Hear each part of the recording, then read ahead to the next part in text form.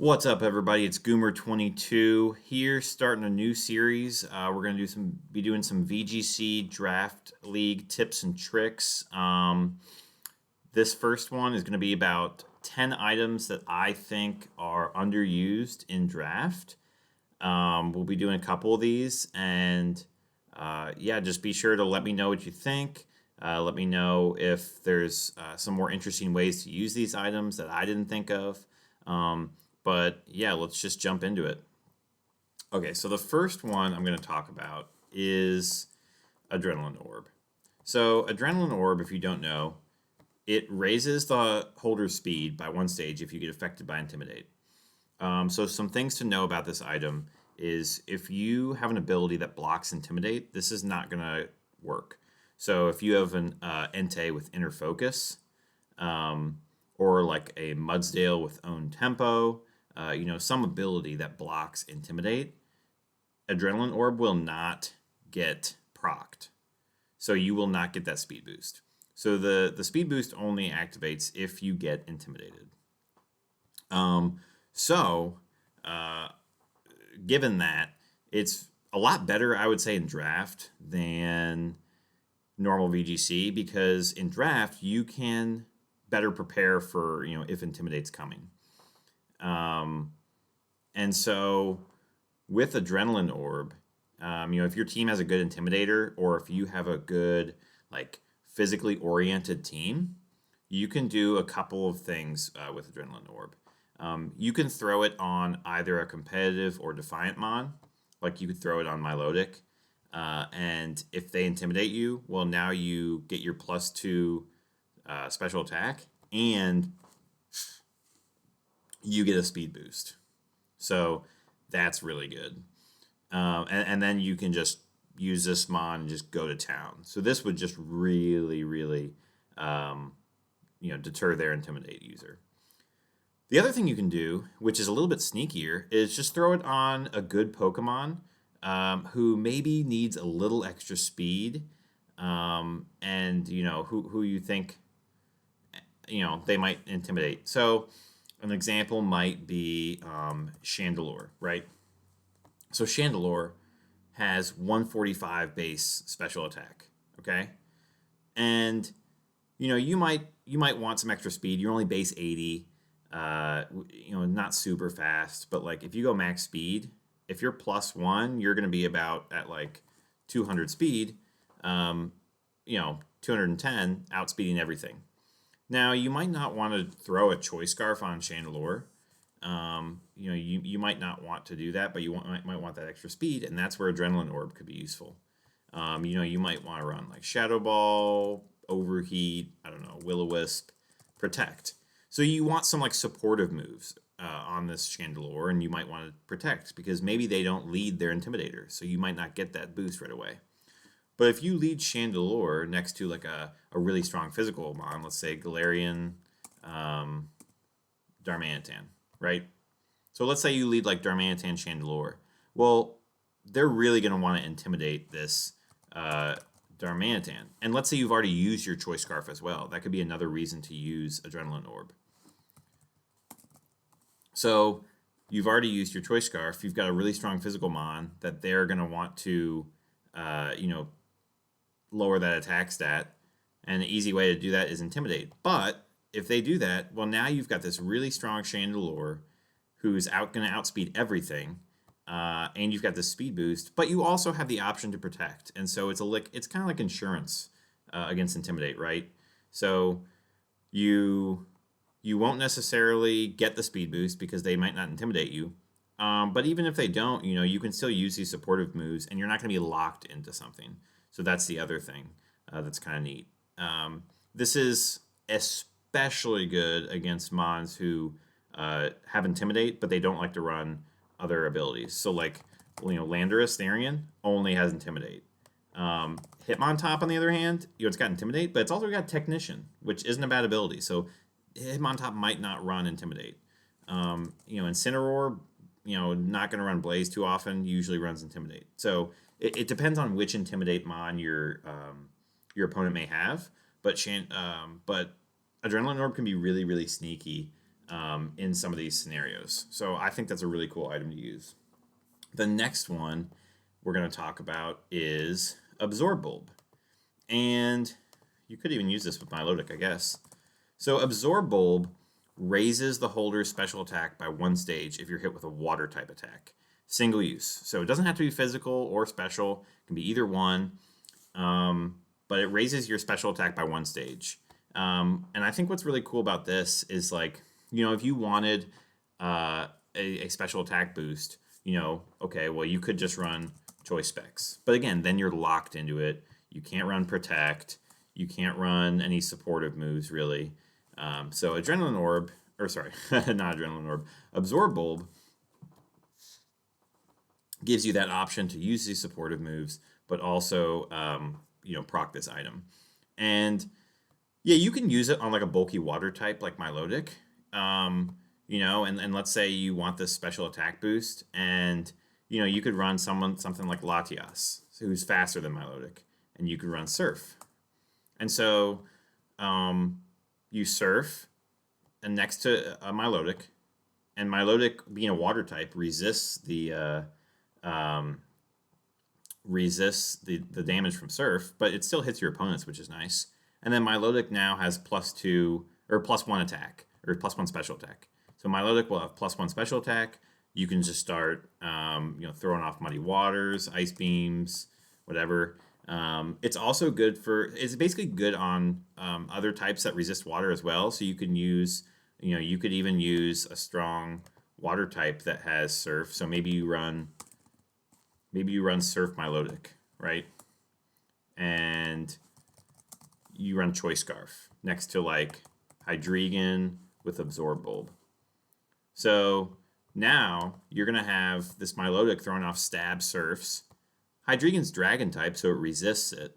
And your Absorb Bulb is going to raise your special attack, and you can just throw off strong Dark Pulses, strong Draco Meteors at +1, or even Dragon Pulse. And that way, Dragon Pulses will be just as strong as Draco Meteor pretty much, but at least it doesn't lower your special attack after you use it, and it's 100% accurate. So that's a cool way to use Absorb Bulb. Another thing you can do with Milotic, you could run Flip Turn. So Milotic has bad attack compared to special attack. So one thing you can do is, you could Surf and hit the opponents and hit your own Pokemon, but you can also Flip Turn. And then you can, you can get Milotic out of there and swap in somebody else. This is also really cool with Choice Scarf because it gives you options to pivot. And the last way you might want to proc it is with Aqua Jet. So you might have a Blastoise and you might run Aqua Jet. You might run some other supportive moves, whatever. So you can Aqua Jet your own Hydreigon, somebody who's fast, and you can just start blowing stuff up with this +1 special attack. And again, you could just run choice specs, but now you're locked into a dragon or a dark move, and so you might not want to do that. So Absorb Bulb gives you that option. But the other cool thing about this item is it gives you a way to proc like Unburden and stuff like that without using weakness policy. I feel like with Unburden, a lot of people use like Seeds or weakness policy. But Absorb Bulb is a nice way to do that. So you might run, you could even run Sceptile. Sceptile is grass, so it resists water. But you can run Unburden. You could have Absorb Bulb. And then instead of investing in speed, because you're already pretty fast, you could just run a bunch of bulk, bunch of special attack, and run, Aqua Jet Blastoise. Aqua Jet your own Sceptile. You get that +1 special attack. And now you can just throw off big grass moves and start smacking things at +1 special attack. And you're going to be faster than everything on the field because you'll have Unburden and 140 speed. So that's pretty cool. So you can use it to proc Unburden. You can also, with either Aqua Jet or with Flip Turn, since they're both physical, you can also proc like weak armor stuff. So like Polteageist has weak armor. You could run Absorb Bulb on Polteageist. And you have 134 special attack, 70 speed, but at 122, weak armor raises your speed by 2 if you're hit with a physical attack. So now you're going to have 240 speed, 270 special attack, because that's times 1.5 after the absorb bulb. You can just throw off huge shadow balls, psychics, giga drains, whatever. And so that's another really cool way to use that item. So absorb bulb is another cool one. On the same kind of basis, you can run cell battery. So cell battery, let's use Dracozolt for example. So not Volt Absorb though. And some of these can work in Dynamax too with a little better. Let's say you want to run cell battery. Okay. What cell battery does is it raises your attack by 1 if you're hit with an electric type attack. So it's similar to absorb bulb, except for it raises your attack instead of special attack, and it's if you're hit with an electric type. So a cool thing with cell battery, and this also like works well in Dynamax leagues, is you could run something like Rotom Ghost. Rotom Ghost is really nice because it can't be faked out. And let's say you run Choice Scarf, you run like Volt Switch or Discharge, and both of these are good options, right? So Rotom's pretty fast. So Volt Switch, you can Volt Switch into your Dracozolt, and then Dracozolt's electric and dragon, so that double resist. So you're not going to take very much damage, and then you're just going to have +1 attack. And you can throw off Bolt Beaks, Dragon Claws, but if you Dynamax, well, sure you could have +1 attack with like Choice Band, but if you Dynamax, you lose that choice item. So if you run Cell Battery allows you to Dynamax and still have that +1 attack. If you do something like a Volt Switch or even a Discharge. And the cool thing about doing Discharge on Dracozolt is it's electric type, so it can't be paralyzed, because that's the issue with running Discharge with this strategy, similar to Surf with Absorb Bulb. But Surf can't do anything to your own Mon, whereas Discharge has a chance to paralyze, unless you're electric type, of course. So if you are electric type, then you can use Discharge more reliably. Otherwise, something like Volt Switch might be better. However, there are 2 Mons that can do this a little bit more effectively. Let's see, Heliolisk. So Heliolisk gets a move called Parabolic Charge, and this is a 65 power move, but it hits all Pokemon, so it even hits your own teammate. And so it's basically like Discharge without the ability to paralyze. So if you want to run just like a regular dragon type, so let's say you wanted to run, or I don't know, something strong. Yeah, I don't know. Let's just use Tyrant. Sure, Tyranitar or Tyrantrum. So Tyrantrum's dragon. It resists electric. It's not going to take very much damage. You can use Parabolic Charge, and then you have Cell Battery, so you get that +1. You Dynamax, and you just start attacking. Or you don't have to Dynamax. But Heliolisk and, I believe, Deaden are the only ones who get Parabolic Charge. So both of these Pokemon are really good for this strategy, because you can proc this Cell Battery without having the worry that you're going to paralyze your own Pokemon. But yeah, so that's an interesting way. And Cell Battery, again, is one that you can use to proc Unburden. So you might run Hitmonlee with Unburden, Cell Battery. And you might use Rotom, Hitmonlee, Volt Switch into the Hitmonlee. Now you have +1 attack, and you can Dynamax and just start attacking, or you don't have to Dynamax, and you have a +1 close combat, and you can just smack somebody. So that's a really cool way to use it. But yeah, I think Cell Battery is another cool one you can use in that same way, similar to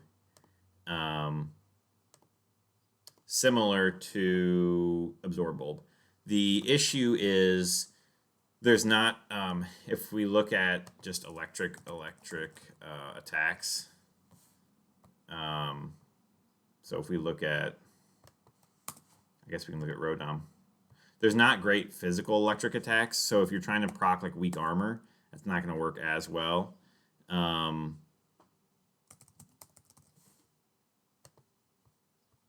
So it doesn't show if they're physical or special, but there's not really many physical electric attacks. You know, the Spark, Wild Charge, Thunder Fang.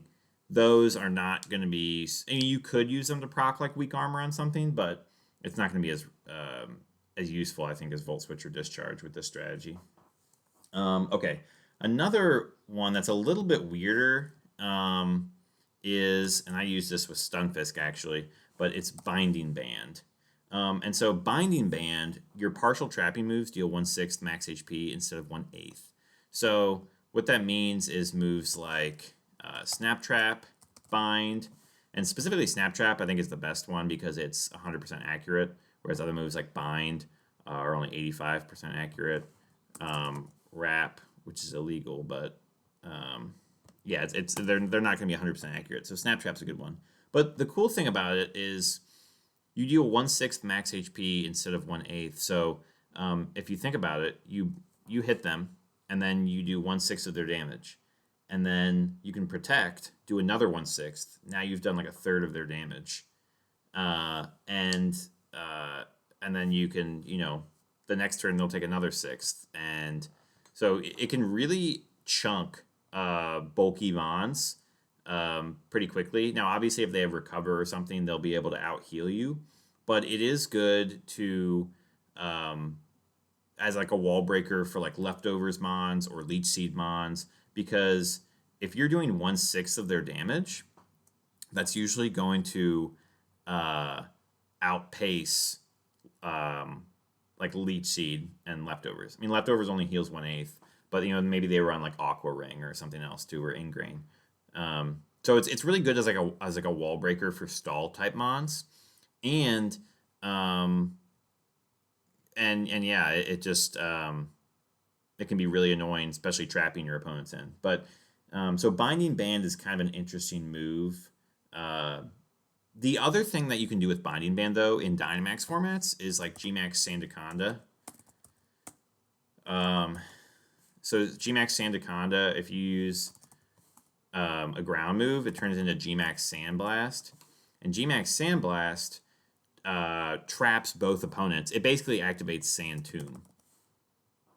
It basically activates Sand Tomb for both of the other team. And so you could be doing 1/8 to both Pokemon, or if you have Binding Band, you could be doing 1/6 to both Pokemon. And so that in Dynamax formats can just really chunk their Mons, and it can be really frustrating just having them sit out there and take all that damage. So I think in that case it's really good. Same thing with Centiscorch, Gmax, Gmax Centiferno. It does the same thing. You know, if you use a fire type move. So that is really cool if you use Binding Band. On that same note, you could use something like Grip Claw. Now, Grip Claw, I don't think it's more situational, I think. So what Grip Claw does is it still does the 1/8 damage, but it lasts 7 turns. So if you think about it, 1/8 damage over 7 turns, that's going to be 7/8 of their health. You know, just from the passive damage, they'll end up dying. But again, it lasts 7 turns, so it's a while. So I think the reason you might want to use Grip Claw over Binding Band is if you're trying to like set up and you don't want them to be able to swap out and like protect. Because if you're just using Gmax Sandblast, right, it does Sand Tomb, so it only lasts 4 to 5 turns. So you use it, and it lasts at the end of the turn, and then it's 3 more turns. So they might be able to like protect, do a move, protect, and then they're going to be able to swap out the next turn. Whereas if you use Grip Claw, they're stuck in there for 7 turns, taking this Sandblast damage. So it's not so much about the damage, but it's the fact that it traps them there for 7 turns. So if you use like Sandaconda and you Gmax Sandblast, trap them in, and then let's say you've got another mon, like let's say just like Tabu Fini, I don't know, and you've got leftovers, and you're just like setting up Calm Minds and protecting, and you're setting up this Fini for like a late game. You can if what they have in doesn't look good, you can trap them. They're stuck there for 7 turns. You can just start Calm Mind and protecting, and really getting this setup mon going. And then once the Sandblast is over, after that 7 turns, your Finny's going to be just set up to win the game at that point. So I think, and you can do the same thing with like with other mons. You could do it with like, I don't know, let's say Blastoise, and you use Grip Claw with Whirlpool. You could also use like Life Dew, Iron Defense, and then that way you can like run this really specially bulky Blastoise, but you can just start. You can keep Iron Defensing, Life Doing, Iron Defense, Life Dew, heal up while they're just. So it takes a long time to set up, and then you'll have this Blastoise who's like super bulky and defensive, and just they won't be able to get through. But this Grip Claw allows you to take that time to set up. So I think that's where Grip Claw might be more interesting than Binding Band. But I think they could definitely be useful on certain mons, and help chunk some of those bulky mons. That passive damage can be really annoying, especially in like Series 10 where you might want to protect and use positioning. Something like Binding Band or Grip Claw that helps with those trapping moves could be really useful. Okay, the next one is going to be Blunder Policy. Now, Blunder Policy is, I think, good on a mon like, possibly like Walrein. It's also good for, it's basically good for mons that either have spread moves that have low accuracy, or have a move that like has a big risk reward for the, for its accuracy. And this is what I'll get at. So Blunder Policy. Blunder Policy is kind of like insurance if you're using, like let's say you're using Hydro Pump, Blizzard. It's really good for Blizzard because Blizzard hits both Pokemons, and as long as it misses once, you get that Blunder Policy. So you may hit a Blizzard, miss a Blizzard, and then now you've got a 2 times speed. And Walrein's a good one to use because you can like throw a couple speed in. Let's say you have like 100, and then some special attacks and bulk. And if you ever miss a Blizzard, well, now you have 200 base speed, and you're going to be outspeeding everything. So that's really neat. Another mon you could use it on is like Tapu Fini, because Tapu Fini loves to use Muddy Water. Muddy Water is kind of a good one. It's 85 accuracy, so that's not bad. Other ones you could use it on is like Tyranitar, who has kind of middle of the road speed. It's got 61, so 81. Double it's 160. That's not bad. On your Rock Slides or even Stone Edge. Stone Edge is only 80, so. But yeah, Rock Slide again, it hits both. It's got 90% accuracy, so it's basically almost a 20% chance to miss either Pokemon. So then if you do, well, then you get that speed boost, and then you can just start going to town. So I think that's really neat. It's also really cool on a mon that likes to go first. So like this is kind of sneaky, but what you could do is run like Arctovish, right? And Arctovish, you could use Slush Rush, but you could also use like Water Absorber, Ice Body, or you can still use Slush Rush. But if you use Blunder Policy, right, you only have 55 base speed, so not too much. You could run some speed investment though. Let's say you get up to 90, and you can maybe go physical. You still have 80 special attacks, so it's not horrible. But if you could throw off Blizzards and hope to miss one, and then when you do that, now Vicious Rend is double power, because you're going to be faster than everything.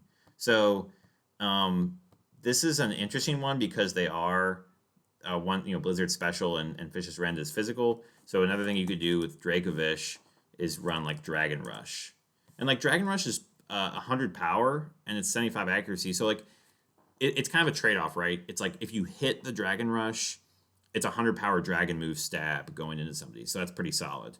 If you miss the dragon rush, well, now you have ×2 speed, and now you can start vicious rending stuff. So, and yeah, you don't even necessarily need speed investment. You could just go, max bulk, attack adamant, and just run blunder policy. So I think those are some cool ways that you could do it. It's especially good with stuff like vicious rend, because you can, if you are going first, it does double damage, so that's cool. So yeah, these are just some interesting ways you use it. But like I like using it on the spread moves like Muddy Water, Rock Slide, Blizzard, stuff where you're gonna miss. But again, you can also use it. Let's say Eldegoss or something, and I guess you could use it for Eldegoss, but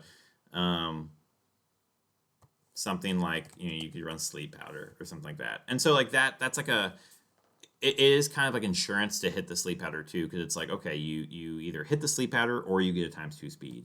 Another cool one actually is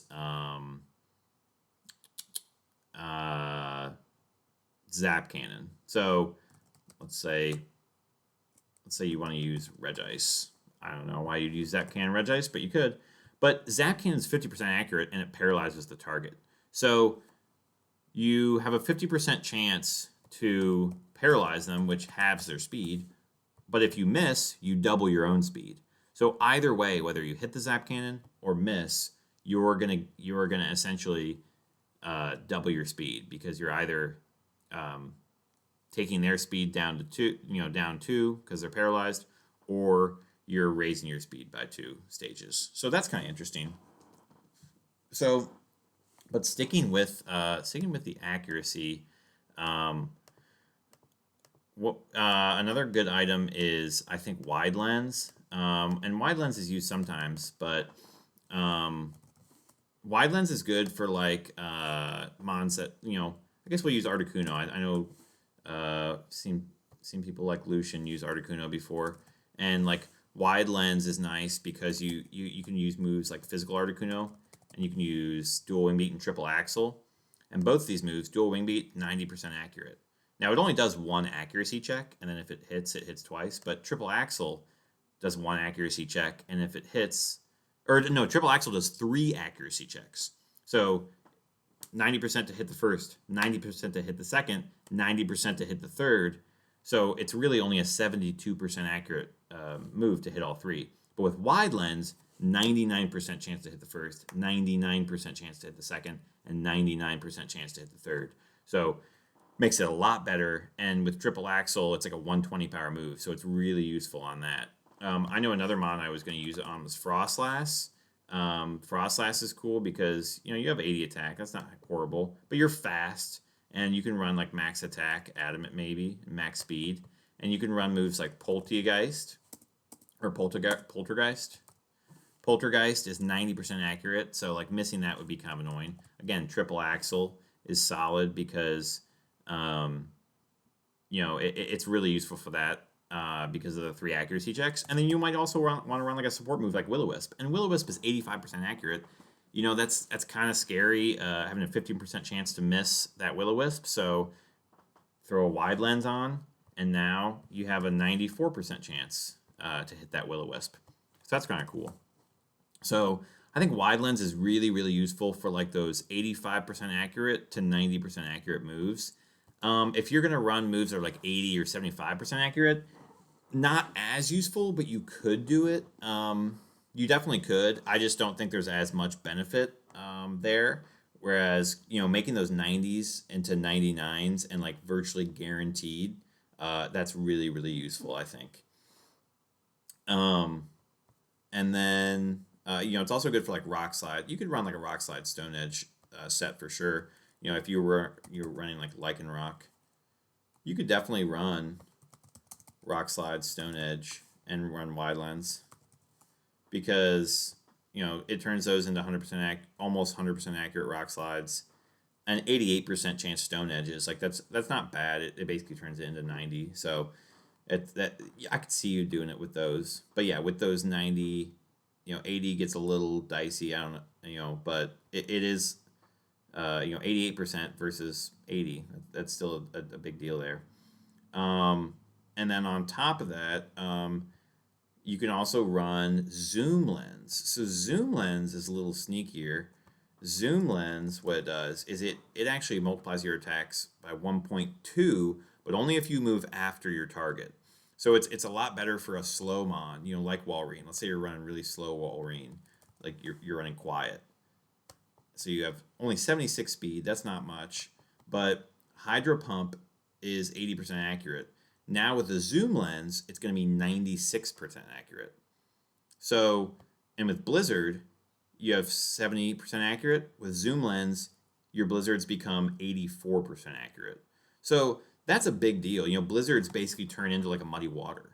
So, but you have like a little bit more power. So with zoom lens, I think it is really useful on specific mons. It can also be really useful on like slow sleep powder type mons. So like Eldegoss. Like Eldegoss is only base 60 speed, and you could run zoom lens with, you know, sleep powder, leech seed. Again, leech seed only 90% accurate, so that makes it 100% accurate. You could even run leaf storm if you wanted to. That's 90% accurate. That way you 100% hit those leaf storms. But yeah, with sleep powder, 75% accurate. Zoom lens, multiplying that by 1.2 makes this 90% accurate. So you have a 90% accurate sleep powder now. That's pretty good. I mean, that's almost spore, you know. So that's a pretty neat way to use zoom lens, I think. Um, Sticking with the accuracy for one more, we'll do bright powder and lax incense. So I think this is really nice if you do have like a setup mon with recovery. You could do this. So I've actually ran Blissey with bright powder, only because Blissey has consistent recovery with soft boiled. So I didn't feel the need to run like leftovers, right? So it's like, what am I gonna run? So I could run bright powder, and then calm mind, and how this works is like, you know, if you're going to get set up, let's say they have a special attacker. Well, if you can get enough calm minds off, like let's say even just like one or two, well, you'll be able to bulk any of their special attackers. But you got to get those two calm minds off, and so like bright powder just kind of helps give you that chance for them to miss and get that setup going. The other thing with it is, let's say they do have a physical attacker left, but it's like only one physical attacker. You just got to hit him once. Bright powder at least gives you that 10% chance to survive if they do hit you, or maybe they hit you and you survive, but it takes 2 hits to kill you. Bright powder can just be really annoying if you have that a consistent way to recover and set it up. I've also ran bright powder on something like Lipard, Prankstermon. And the reason being, if let's say they have somebody faster, like a Raichu, right? So Raichu has base 110 speed. Lipard has base 106. So Raichu's always going to be faster. And like, let's say you have a couple, you want to run Fake Out and Thunder Wave, Charm, and like Snarl. It's like, okay, well, if Raichu's faster and can just fake you out, it's like you don't want to run Protect. And if you run Focus Sash, like Raichu's faster and can just fake you out, and you're going to lose your Sash. So Sash doesn't really make too much sense there unless you're running Protect. So maybe you want to run Bright Powder. It gives you that chance for them. For one, it gives the opportunity for them to miss Fake Out, which is really nice. So it gives the opportunity to miss Fake Out. And in addition, whatever their other mon they're using, you know, let's say they're using like a Mind Shao, and they're trying to close combat you and get rid of you. You know, they're going to Fake Out, close combat you. You could use, you could throw Protect on here if you want, but if you really don't want to risk Protect, you could just throw a Bright Powder on, and then they have to hit both of their moves, and they're both 90% accurate now. And so it just makes it a little bit more annoying if you are using a supportive mon that you think their Sash is going to be broken. Because most of the time, I think running like Focus Sash on something like this would be better. But if you do want to run Bright Powder, I think that could be really effective. The other thing you could do with bright powder, which is a little sneaky, is if you want to run a mon that already has an accuracy ability and then like just kind of stack it on. So Snow Cloak. So like you could run Glaceon with Snow Cloak next to like a Hail Setter, let's say Vanillux. And so Vanillux has Snow Warning. You set the Hail. Well, your Glaceon now has Snow Cloak, and your evasiveness is 1.25. You throw a Bright Powder on there. Now, their attacks are only 0.9. So you just have a lot more chances for them to miss.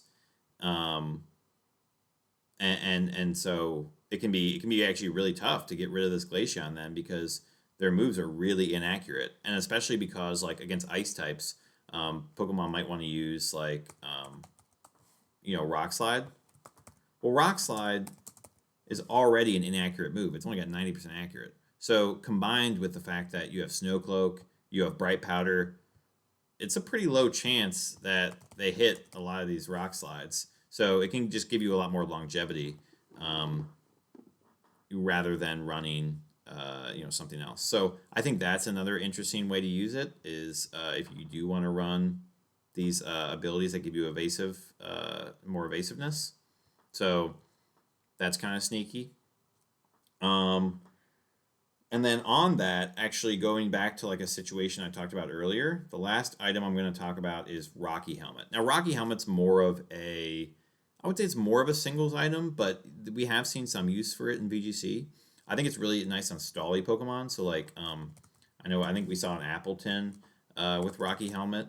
So you can run like Iron Defense and Recover, and you're gonna outbulk any physical contact attacker. Rocky Helmet is useful there. They lose 1/6 of their HP. I think Rocky Helmet is really useful against Pokemon that you think are going to use, if you think they are going to use multi-hit moves too. So specifically, the most common ones would be Urshifu with its signature move. Oh my gosh, what is its move? Water.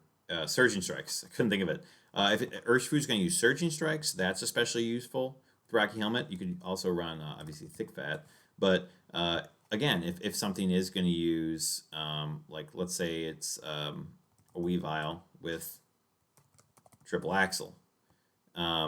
Triple Axle hits 3 times, and so again he would take three. He would take basically half of his health, because it'd be 1/6, 1/6, 1/6. That'd be 3/6. And they would take half their health if you switch in on a Triple Axle and they hit all 3. So against specific moves, if your opponent you think might want to bring them against your team, running Rocky Helmet on a certain mon might be good. Obviously, Appleton against an Ice type wouldn't be as good. You might want to run it on a Steel type, But another interesting thing you can do is that situation we talked about with a Raichu and Liepard, or actually. A better one might be like Meowstic, right? So Meowstic and Liepard, they're both like prankster supports, and they're pretty frail. So Focus Sash is a pretty good bet on these type of supports, right? Not great defenses or HP. They just want to get a couple moves off. And the other thing about them is they both like to run Fake Out. So if you are a supportive mon and you think you're going to be faked out, well, you just have to think about which one's faster and then whether you think they have Sash. So, your base 104 speed, the Liepard's base 106 speed. So if they go max speed, they're going to outspeed you 171 to 173.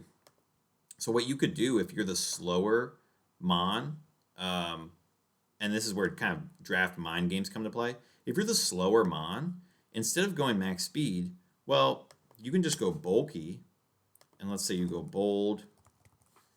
You can just go bulky and run Rocky Helmet. or even you could go, you could still go fast and go Rocky Helmet. But if you go Rocky Helmet, what it does is this Lipard now has to make a choice of, okay, they can fake you out and try to double you up and get rid of you. But if they fake you out, they're going to lose their sash. But if they don't fake you out, it gives you the option to throw off a big, prankster move that might really hinder their other Pokemon. So it's a tough decision now, and they have to decide: do I want to fake out and lose this sash, or do I want to let you get a prankster move off? And the other thing is that way you don't have to run Protect. You can run a physical move or an attacking move, and you don't have to waste a move slot on Protect. You're just changing your item out from Sash because you figure your Sash is gonna get broken, and now it kind of makes it awkward for them to fake out because they're gonna lose their Sash.